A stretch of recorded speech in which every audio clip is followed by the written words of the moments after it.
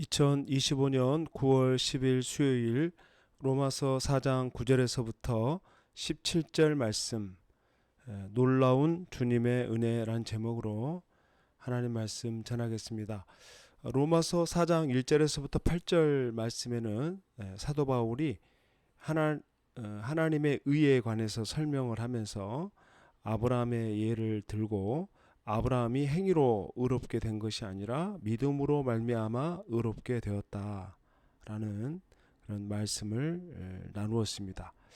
9절 말씀 읽겠습니다. 그런즉 이 복이 할례자에게냐 혹은 무할례자에게도냐 무릇 우리가 말하기를 아브라함에게는 그 믿음이 의로 여겨졌다 하노라. 그런즉 그것이 어떻게 여겨졌느냐 할례시냐. 아브라함이 의롭게 된 그 조건이 행함이 아니고 믿음이었다. 믿음으로 말미암아 의로워졌고 또 동시에 의로운 삶을 행함으로써 자신의 믿음을 확증했다. 사도 바울이 지금 이 질문하는 것은 아브라함이 의롭게 되는 것은 할례와 무관하다라는 말씀이죠. 아브라함이 믿음으로 의롭다 하심을 받은 때는 사실 아브라함이 할례를 받기 전이었습니다. 그게 창세기 15장에 일어난 사건이고 아브라함이 할례를 받은 사건은 창세기 17장에서 일어난 사건입니다. 그러니까 할례를 받기 전에 아브라함이 믿음으로 의롭다함을 받았다. 그러니까 하나님께서 아브라함이 할례를 받지 않은 시점에서 그를 믿음으로 의롭다라고 여겨주심으로써 훗날 온 인류가 할례를 받지 않아도 아브라함도 할례를 받지 않고 의롭다함을 인정을 받았는데 세상 사람들도 마찬가지로 할례를 받아야만이 의롭다함을 인정받는 것이 아니고 오직 예수 그리스도를 믿음으로 말미암아 의롭게 된다라는 것을 하나님이 지금 알려주고 있는 겁니다. 놀라운 하나님의 섭리죠. 만약 아브라함이 할례를 받고 의롭다라고 인정을 받았으면은 훗날 모든 사람들이 할례를 받지 않으면 의로워질 수가 없는 거죠.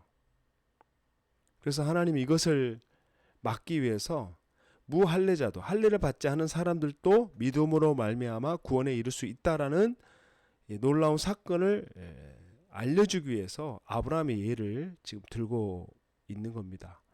그러니까 사람이 의롭게 되는 그 조건은 딱 하나가 있는데 바로 믿음으로 말미암아 의롭게 된다. 율법의 어떤 조항들을 지켜나가야만이 의로워진 게 아니고 할례를 받아야만이 하나님 백성 되는 것이 아니라 할례를 받지 않아도 행실이 의롭지 않아도 오직 예수 그리스도를 구주로 믿는 그 믿음이 있으면 하나님의 백성이 되는 그런 의의 기준에 도달할 수 있다라는 말씀입니다. 그러니까 오늘 우리가 정말 중요한 게 뭐예요? 구원에 관해서 정말 중요한 것은 우리가 예수 그리스도를 구주로 믿는다는 겁니다. 하나님이 보내신 예수 그리스도를 믿는 것이 제일 중요한 일이다. 그 믿음 가운데 서야 하는 겁니다. 13절부터는 사도 바울이 다시 말씀합니다.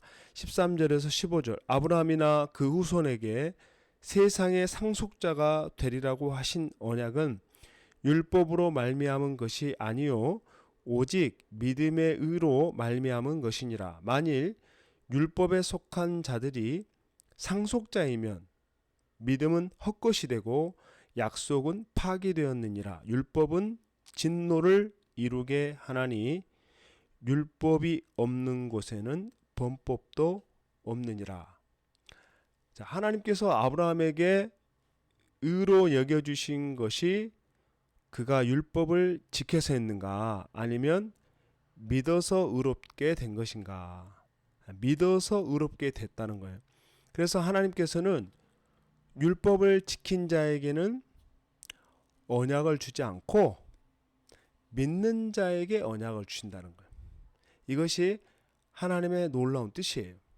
만약 율법을 지켜서 우리가 언약을 받는다고 한다면은 누가 하나님의 언약을 받을 수 있겠습니까? 한 사람도 받을 수가 없어요. 왜냐하면 율법을 100% 완벽하게 이룰 수 있는 사람은 없어요. 그럼 율법을 이루지 못하면 어떻게 되느냐? 15절에 보면 율법은 진노를 이루게 한다. 율법은 100% 지켜야만이 하나님과 언약을 맺을 수가 있는데 100% 완벽하게 이 율법을 지켜낼 수 있는 사람이 없으니까 결국은 그 율법을 지키지 못함으로써 결국 우리에게 화가 된다는 거예요. 지키면 구원을 받는데 못 지키면은 심판을 받는다는 거예요. 그래서 오히려 율법이 없는 곳에는 범법도 없다라고 사도 바울이 고백하고 있는 겁니다. 그래서 율법의 그 요구를 100% 충족시킬 수 있는 사람은 없다. 심지어 아브라함조차도 너희들이 믿음의 조상이라고 말하는 아브라함조차도 사실은 그의 행위로 의롭다함을 받은 게 아니고 바로 하나님을 믿음으로 말미암아 의롭게 되었다. 그래서 하나님과 아브라함의 그 관계가 언약 관계가 율법에 근거한 것이 아니었고 철저히 믿음에 근거한 것이었다라는 것을 지금 로마 교회 성도들에게 지금 이 사실을 알려주고 있는 겁니다. 그래서 하나님이 그럼 바라시는 게 뭐냐? 자기 백성들이 율법을 온전히 지키려는 어떤 그런 행위가 중요한 게 아니라 약속하신 것을 능히 이루실 줄 알고 믿는 그 믿음이 더 중요하다. 우리가 하나님에 대한 믿음이 중요한 거지. 그걸 어떻든 간에 지키지도 못할 율법을 지키겠다고 예를 쓰는 그 행위는 하나님을 결코 기쁘게 할 수 없다. 그래서 우리의 믿음은 구원받는 조건이며 구원에 이르는 유일한 길이다. 지금 우리 자신을 볼 때 그리고 주변 사람과 세상과 교회를 바라보는 우리의 눈이 정말 믿음의 눈으로 이 세상을 보고 있는지 아니면 어떤 세상적인 어떤 기준의 눈을 가지고 세상을 바라보는지 우리가 철저히 이 믿음의 시각으로 주님을 바라보고 그리고 세상을 품고 그 믿음 가운데 계속 나아가는 저와 여러분 될 수 있기를 바랍니다. 16절에서부터 17절 말씀. 그러므로 상속자가 되는 그것이 은혜에 속하기 위하여 믿음으로 되나니 이는 그 약속을 그 모든 후손에게 굳게 하려 하심이라. 율법에 속한 자에게뿐만 아니라 아브라함의 믿음에 속한 자에게도 그러하니 아브라함은 우리 모든 사람의 조상이라. 기록된 바 내가 너를 많은 민족의 조상으로 세웠다 하심과 같으니 그가 믿은 바 하나님은 죽은 자를 살리시며 없는 것을 있는 것으로 부르시는 이시니라. 어떤 공로도 없이 오직 믿음으로만 상속자가 될 수 있기 때문에 이게 하나님의 은혜인 거죠.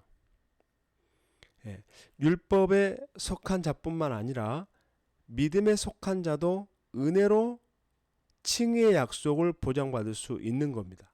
따라서 아브라함은 모든 신앙인의 조상이 될 수 있다. 유대인의 조상뿐만이 아니라 이방 그리스도인들에게도 동일한 영적 조상이 될 수 있다.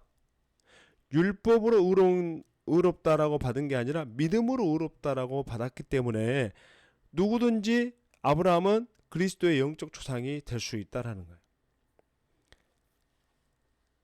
말씀을 맺습니다. 믿음의 후손인 우리가 믿음의 조상으로부터 아브라함으로부터 본받아야 할 그 믿음이 뭐냐? 먼저는 아브라함은 기다리는 믿음이었어요.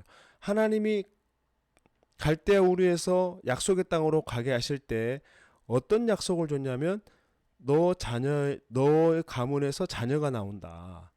근데 그 약속이 성취되기까지 몇 년의 시간이 걸렸냐면은 75세에 고향을 떠나서 100세에 이삭을 얻었으니까 무려 25년이라는 시간 동안 하나님의 약속이 성취되기를 바라고 기다리고 믿었다는 거예요.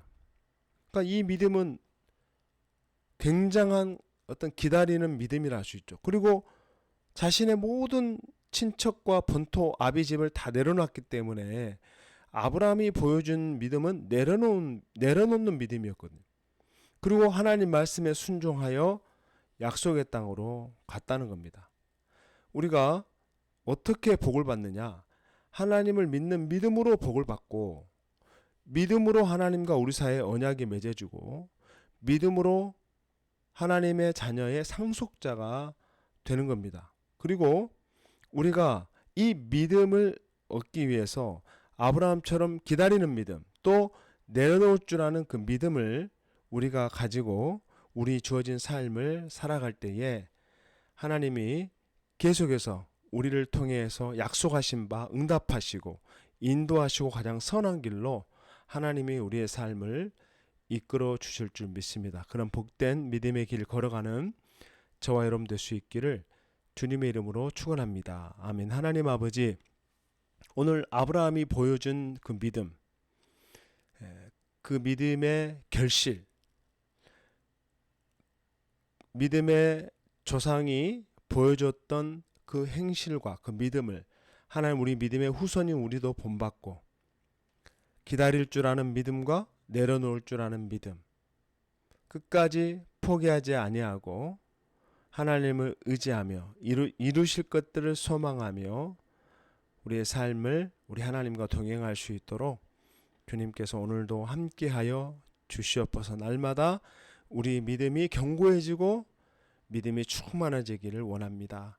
좋으신 예수님의 이름으로 간절히 기도하옵나이다. 아멘.